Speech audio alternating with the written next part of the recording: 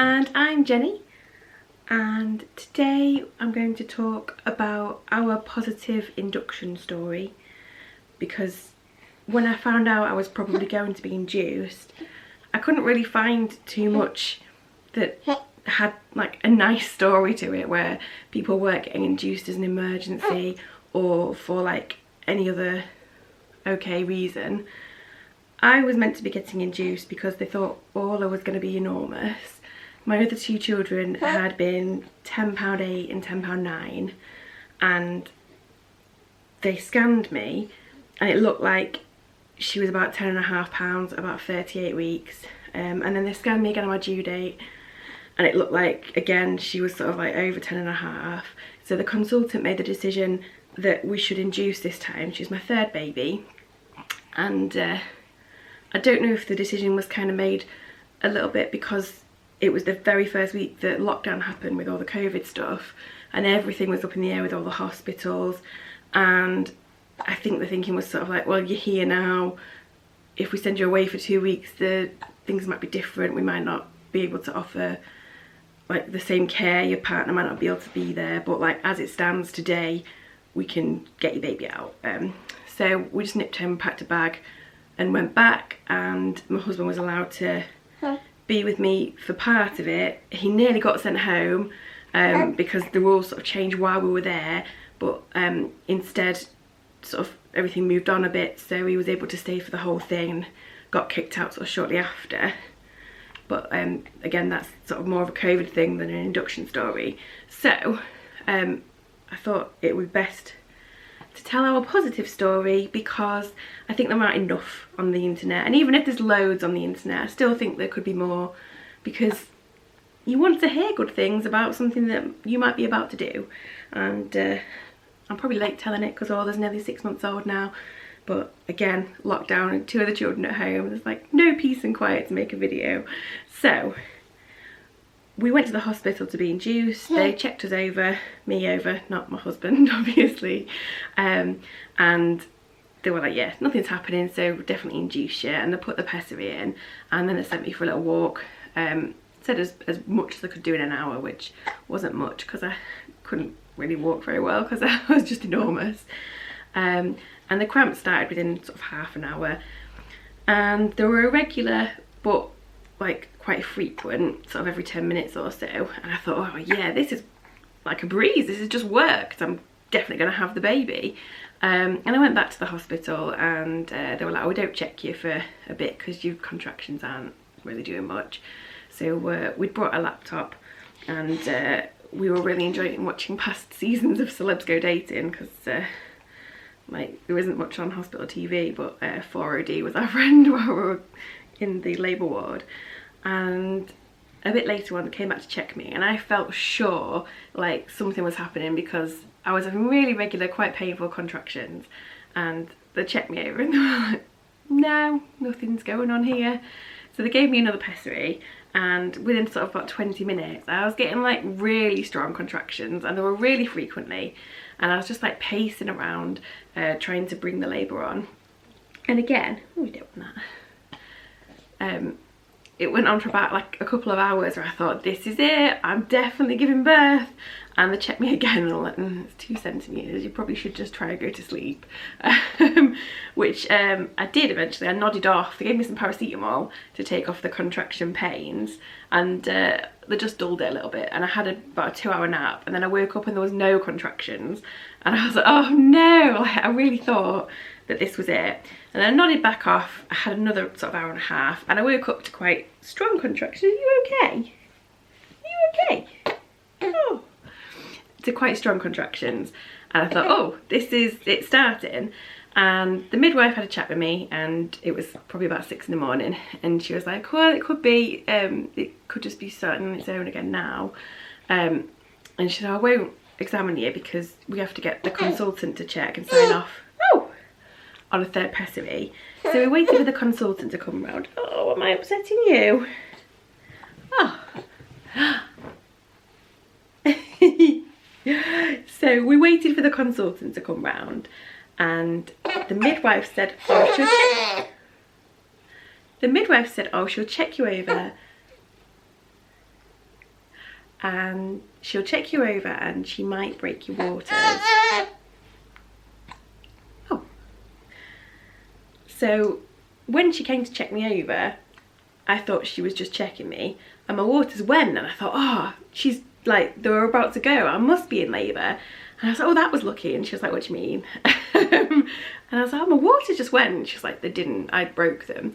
Which I was really afraid of having my waters broken, because everyone tells you like really awful horror stories about how they use like an enormous crochet needle. Oh! How they use this enormous needle and it's terrifying and it's awful and it's painful. And in reality, because she didn't tell me she was doing it, I didn't even notice that she was doing it. It was a little bit uncomfortable, because it's always a bit uncomfortable when somebody's sort of like fidgeting around there, but hello. It wasn't awful at all. And after that happened, my contractions did start going a lot faster. But still, I wasn't dilating very fast, and I think it's because my womb tilts really far backwards. And my last labour before this one, my little boy Greg, I was getting really strong contractions, but they weren't pressing on my cervix, so it wasn't dilating. So I think that was what was happening this time. So they decided to put me on the drip that moves it along a bit more.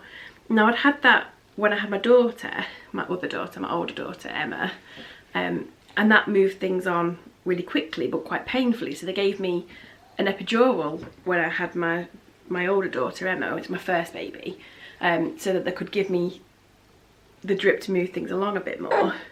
But this time, because I didn't want an epidural, I was a bit worried that that would be painful.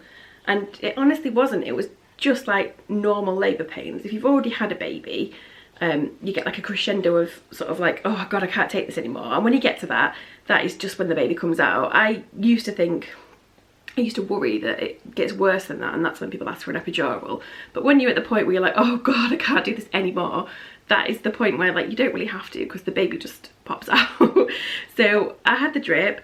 It did increase the pain. I got some gas and air and, you know, my paracetamol, which I'm not sure really did much of a good job. And yeah, she was born sort of within an hour of go. They went on the drip and they thought it wasn't doing much, so they did it up a little bit. And she was born like quite quickly after that, and it wasn't really painful. It was uncomfortable. It was like horrible contractions, like bad period pains and just normal childbirth pain. But I've been led to believe that it would be absolutely awful, which I think some people have had bad experiences. And I think that's okay to talk about, and I think people should be talking about like what they felt. But don't eat my hair. You she's trying to eat me up. But I thought it needs to be said that sometimes induction stories can go really well, and they're not as bad as all the horror stories people tell you, because people seem compelled to tell you really awful stories when you're about to have a baby. I don't know what it is, but always somebody's auntie's neighbour's sister has had something terrible and they tell you about it. And I just thought it was time to talk about my not so bad experience. Sorry, she's teething. My not so bad experience with induction, which left sort of quite a pleasant feeling about the whole induction process. And if I had another baby, I don't think my husband's up for it, but you know, I am. So if I had to have another induction again, I wouldn't be half as scared as I was, because I just couldn't find anybody to tell me a story of like, oh yeah, it's like really normal. Everybody else had stories where it's like, oh well, I went in and I had preeclampsia, so they induced me there and then, and it was early and it was awful and it was really unexpected. I wasn't prepared for it and stuff like that. But because we weren't really prepared for it, we'd been to see the consultant and he said, go home and get your jammers and come back. And that's sort of what we did. We had sort of an hour or so just to decompress and think about what we wanted to pack. We already had a hospital bag ready, but because we knew inductions could take a while, which ours kind of did, because we were there, I went in on the Wednesday afternoon, I gave birth on the Thursday evening, and I came home on the Friday morning. We packed loads of snacks, so I would say if you're having an induction, you kind of need some snacks, because you might be there absolutely ages. And because we were in the lockdown, he couldn't just nip out to the cafe and bring something up, or like the vending machine or anything. He was in my room and that was it. But I think that was like more helpful anyway. We took pot noodles because we have a kettle in our room, and it was honestly the best thing that I ever did. So if you don't mind like really cheap noodly food, definitely pack pot noodles, definitely pack crisps and things like that. I wouldn't pack sandwiches and things like that unless you know you're going to eat them on the day, because it's really hot on a labour ward. So if you've not had a baby before and you've just found out you're getting induced and you're like googling what you need snacks. You need probably more clothes than you think as well, because if you're there a couple of days you might want more pairs of knickers or something like that, especially if like your waters go, because my waters went when she did it, and then they were just leaking for like ages afterwards. And I think I ended up just sitting on the bed on one of those like absorbent mat things, because there was just no point in me like keep changing my pants and my pyjama bottoms, which I know is gross, sorry for the TMI, but you need to know to pack more of these things. And I think realistically you need probably maybe 5 pairs of pants if you're being induced, because you just don't know how long you'll be there. You don't know how your waters are going to go. You don't know all kinds of things. So I would pack excessively, and then maybe have like a spare, like a backup bag in the car that you can send your partner or your mum or someone to go and get out of the car, just in case you are there longer than intended and you get messier than intended. But overall our experience was really good. They were really kind to us, they're very patient. They expect you to be a bit nervous when you're about to give birth, and I think when you're having an induction, just because inductions have such a bad reputation. But ours went really well, it went really smoothly. I'd read about how inductions are meant to go, like, you know, like the NHS website, just so this will happen and this will happen. And you always think, oh well, I want some real world experiences. If you Google real world experiences, they're always not what you want to hear. But mine went like kind of just how the NHS said it would, like the NHS website. So just don't worry if you have to be induced. It isn't as bad as people tell you.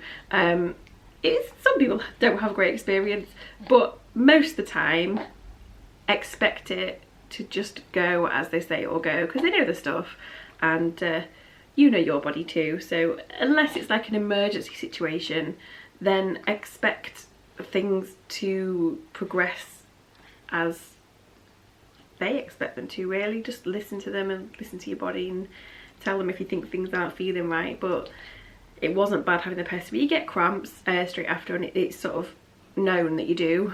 But I had some paracetamol and mine were like, it took the edge off. You're expecting to get cramps if you're pushing out a baby. So yeah, it was a fine experience. Obviously it wasn't pain-free or anything, so I can't say it was amazing, but it was positive. It was okay. We came out of it without any sort of traumatic memories or anything, which I think is a really positive thing when it comes to birth. So I just wanted to share my story in case anybody is a bit nervous and they are after some happy induction stories where everything goes right, and maybe, yeah, it takes a while and you have to wear loads of different pairs of knickers, but it was fine. So don't worry if this is you, and have a happy induction.